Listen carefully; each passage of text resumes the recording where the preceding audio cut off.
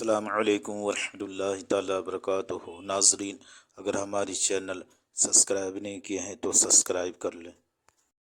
آج میں جو اپنے ویڈیو کے ٹاپک لے کر آیا ہوں وہ ہے رمضان المبارک کی تیاریاں۔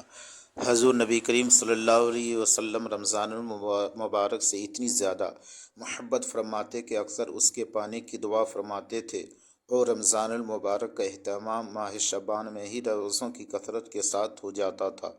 آپ صلی اللہ علیہ وسلم بڑے شوق و محبت سے ماہ رمضان کا استقبال فرماتے۔ حضور نبی اکرم صلی اللہ علیہ وسلم اس مبارک مہینے کو خوش آمدید کہہ کر اس کا استقبال فرماتے اور صحابہ اکرام سے سوالیہ انداز میں 3 بار دریافت کرتے: ماذا یستقبلکم و تستقبلون، قوم تمہارا استقبال کر رہا ہے اور تم کس کا استقبال کر رہے ہو؟ حضرت عمر بن خطاب رضی اللہ تعالی عنہ نے عرض کیا: یا رسول اللہ، کیا کوئی وحی اترنے والی ہے؟ فرمایا نہیں۔ عرض کیا: کسی دشمن سے جنگ ہونے والی ہے؟ فرمایا نہیں۔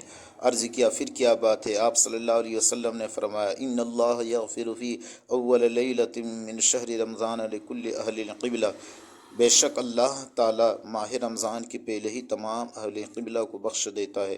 حضرت انس رضی اللہ تعالیٰ عنہ سے مروی ہے کہ جیسے ہی ماہ رجب کا چاند طلوع ہوتا ہے تو آپ صلی اللہ علیہ وسلم اللہ کے حضور یہ دعا فرماتی: اللہم بارک لنا فی رجب و شعبان و بارک لنا فی رمضان، اے اللہ ہمارے لیے رجب اور شعبان اور ماہ رمضان کو بابرکت بنا دے۔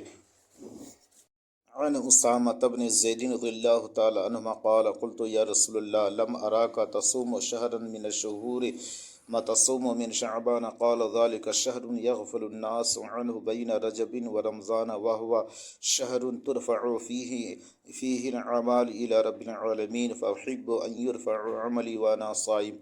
حضرت اسامہ بن زید رضی اللہ تعالی عنہما روایت کرتے ہیں کہ میں نے عرض کیا: یا رسول اللہ، جس قدر آپ شعبان میں روزے رکھتے ہیں اس قدر میں نے آپ کو کسی اور مہینے میں روزے رکھتے ہوئے نہیں دیکھا۔ تو آپ صلی اللہ علیہ وسلم نے فرمایا: یہ ایک ایسا مہینہ ہے جو رجب اور رمضان کے درمیان آتا ہے، لوگ اس سے غفلت برتتے ہیں، حالانکہ اس مہینے میں پورے سال کے عمل اللہ تعالیٰ کی طرف اٹھائے